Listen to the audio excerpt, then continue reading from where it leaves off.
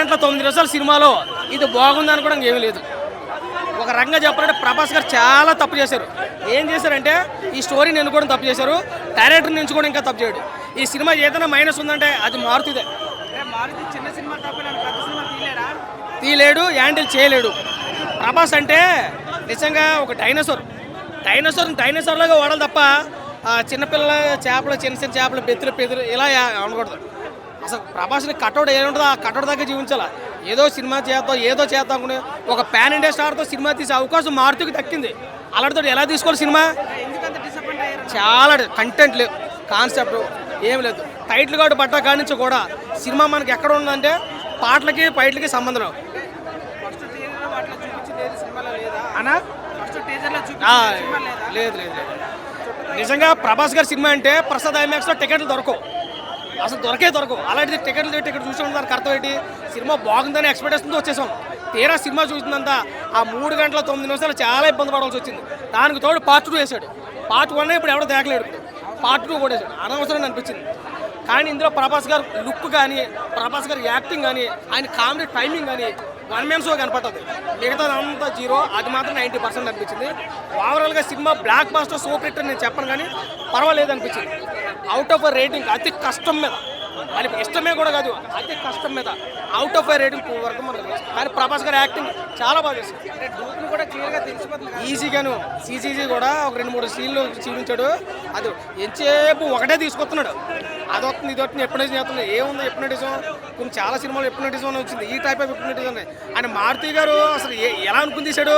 2.5 సంవత్సరాలు ప్రభాస్ను హోల్డ్లో పెట్టి సినిమా తీస్తే ఎలాంటి సినిమా తీయాలా?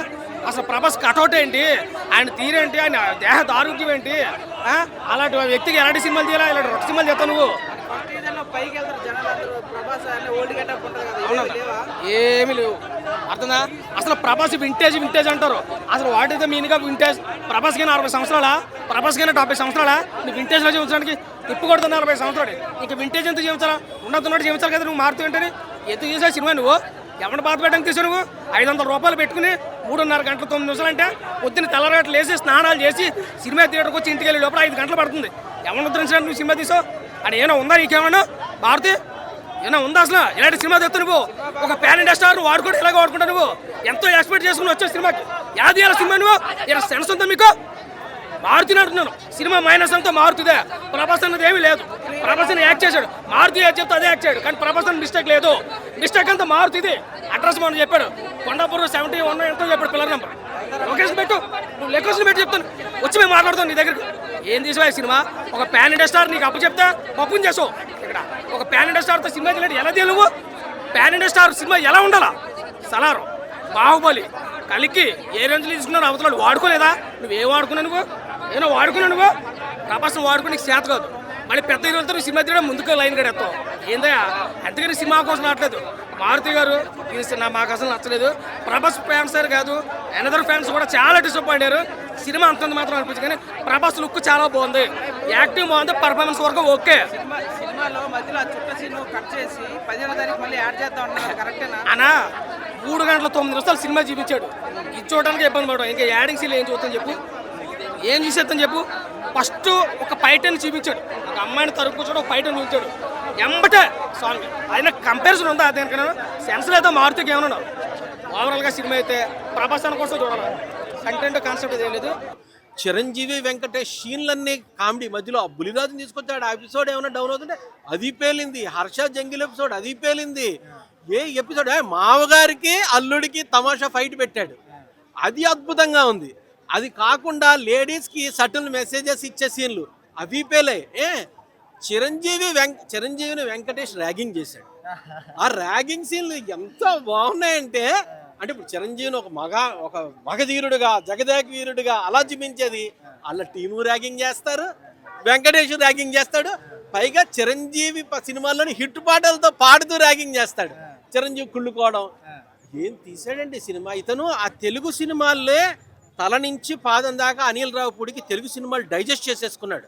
దాంతో చిరంజీవి మీటర్. చిరంజీవి అనగానే ఇంకే హోంవర్క్ చేయడు. గరణ మొగుడు, దొంగ మొగుడు, ఇది అది ఇందులో ఎలా చేశాడు, అందులో ఎలా చేశాడు, చంటబ్బాయిలో చేశాడు, టక టక టక టక సీన్లు పేరు చేసుకుంటున్నాడు. అంటే చిరంజీవిలోని మెగాస్టార్ మనకు అవకాశం ఇచ్చాడు కాబట్టి అద్భుతం సృష్టించేద్దాం, 5 స్టార్ సినిమా తీసేద్దాం అనుకోలేదు ఆయన. చిరంజీవి ఏది అద్భుతంగా చేయగలడో, చిరంజీవి లాంటి స్టార్ మీద ఏది పడితే జనం చూస్తారు. అంతెందుకు ఇంకొక చిన్న మ్యాజిక్ చెప్తా. ఇది ఉదిత్ నారాయణ తీసుకొచ్చి చాలా కాలంలో నాస్టాలజిక్గా చిరంజీవికి పెట్టడం, అలాగే సినిమా కమర్షియల్ మీటర్లో మంచి ఊతపదాలు రాసే భాస్కర్ భట్లను తీసుకొచ్చి దానికి జాయడంతో మీసాల పిల్ల బ్లాస్ట్ అయింది పాట.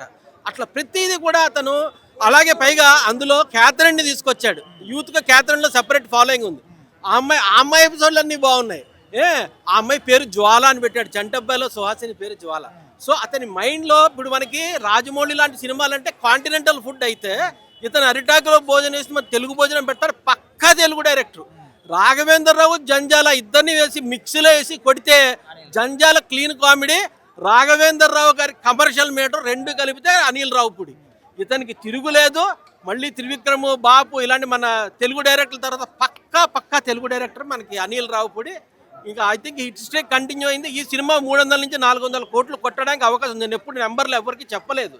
బట్ ఈ సినిమా చూస్తుంటే ఆ చిరంజీవిని ఆయన ర్యాగింగ్ చేయడం ఇవన్నీ చూస్తుంటే చాలా పెద్ద సినిమా హిట్ అయిపోతుంది. చాలా సూపర్ డూపర్ హిట్ అవుతుంది. ఇంకోటి అంటే భీమ్స్, ఇప్పుడు మన దేవి శ్రీప్రసాద్, తమను తర్వాత ఆ అనిరుద్ధికి వాళ్ళు గొప్ప డైరెక్టర్లే, కానీ మన తెలుగు వాడు భీమ్స్ని పెట్టుకొని వీళ్ళిద్దరు దొరకకపోతే అద్భుతంగా ఇచ్చాడు. మ్యూజిక్ వెర్సిటాలిటీ చూపించాడు. రీరికార్డింగ్ బాగుంది. ప్రతి దానికి ఎలివేషన్స్ బాగా చేశాడు. వీళ్ళందరూ ఇలాగ ప్రతి టెక్నీషియన్ అద్భుతంగా చేశారు. ఎందుకంటే వరల్డ్ కప్ విన్నింగ్ టీంని తీసుకొచ్చి మీరు మ్యాచ్ ఆడిస్తే ఎలా ఉంటుందో ఆ రేంజ్లో ఆ సంక్రాంతికి వస్తున్న సినిమా టీంను మొత్తం తీసుకొచ్చి ఇందులో సేమ్ టు సేమ్ టీం పెట్టాడు. మొత్తం టీం సింక్లో ఉంది. ఇక బ్లాక్ బస్టర్ కొట్టి పారేశారు సినిమా. భారత మహాశైలకు విజ్ఞప్తి, నేనైతే ఇప్పుడు ఆడియన్స్కి విజ్ఞప్తి చేస్తా. తెలుగు ఆడియన్స్కి విజ్ఞప్తి, ఈ సినిమా మాత్రం అసలు బాగాలేదు. వెళ్తారా వెళ్ళరా అనేది మీ మీ ఊహకి, మీ డెసిషన్ మీకే వదిలేస్తున్నాను. సినిమా గురించి మాట్లాడితే కిషోర్ తిరుమల గారికి ఏమైందో నాకు అర్థం కావట్లేదు. అంటే all of a sudden zone out అయిపోయారు. లాస్ట్ టైం శర్వాతో కూడా కొంచెం అటు ఇటు అయింది. ఈసారి అయితే టోటల్ ఫెయిల్యూర్ అండి, డౌట్ లేదు. ఈసారి అయితే మాత్రం టోటల్ ఫెయిల్యూర్. అటు ఇటు average, above average, below average మాట కూడా లేదు. సినిమా త్రూ అవుట్ బోర్ కొడుతూనే ఉంది నాకైతే. ఓపెనింగ్ దగ్గర నుంచి ఎండింగ్ వరకు నాకైతే ఎక్కడ ఎంగేజింగ్ అనిపించలేదు, ఎక్కడ ఎంటర్టైనింగ్ అనిపించలేదు. రవితేజ గారు ఎంత కామెడీ చేయడానికి ట్రై చేసినా కూడా, ఆయన ఎంత మాస్ జాతర ఫైట్లలోంచి ఆ యాక్షన్ జానర్లోంచి బయటకు వచ్చి ఎంటర్టైన్మెంట్ జానర్లోకి వచ్చినా కూడా మమ్మల్ని అయితే ఎంటర్టైన్ చేయలేకపోయారు రవితేజ గారు. అసలు మీకు ఏమవుతుందో నాకైతే అర్థం కావట్లేదు. ఎలాంటి మనిషి ఎలా అయిపోయారో నాకు మీరు ఒకసారి ఆలోచించండి. వాల్తేరు వీరయ్యలో మిమ్మల్ని చూసి మేము చాలా హ్యాపీగా ఫీల్ అయ్యాము. లైక్ బాస్ పక్కన మీరు చేశారు 2 ఏళ్ల కిందట 2022లో. మీరు లీడ్ హీరో అయినా అవ్వకపోయినా కూడా జస్ట్ మీ క్యారెక్టర్ ఆర్క్, మీ రోల్, మీ సపోర్ట్ సినిమాకి ఎంత బాగా యూజ్ అయింది అనేది మాకు చాలా హ్యాపీగా ఫీల్ అయ్యాం మేము వాల్తేరు వీరయ్యలో. బట్ మీ స్టాండ్ అలోన్ ఫిలిమ్స్ మాత్రం అసలు ఈ మధ్య ఏది వర్కౌట్ అయింది చెప్పండి మీరే, ఒక్క మాట ఏది వర్కౌట్ అవుతుంది అసలు? మీరు స్క్రిప్ట్ సెలెక్షన్, ఇంకా మీరు కొంచెం ఆలోచించండి సార్.